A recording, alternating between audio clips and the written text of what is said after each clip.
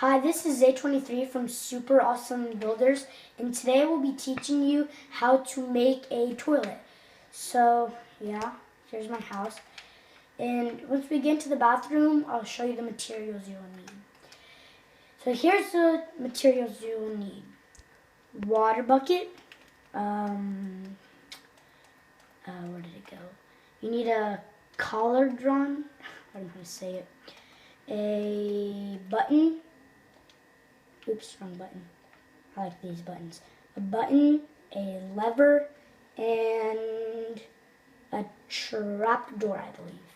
So you want to put the condrel right there and put one of those. You want to add one of these on top so it opens.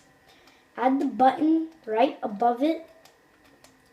So when you're just like that, you're done. Flush. Then the sink, you just put one down. It's real easy. And it looks like it's on the faucet thing, how you turn it up and down. And that's how you make the toilet in the sink.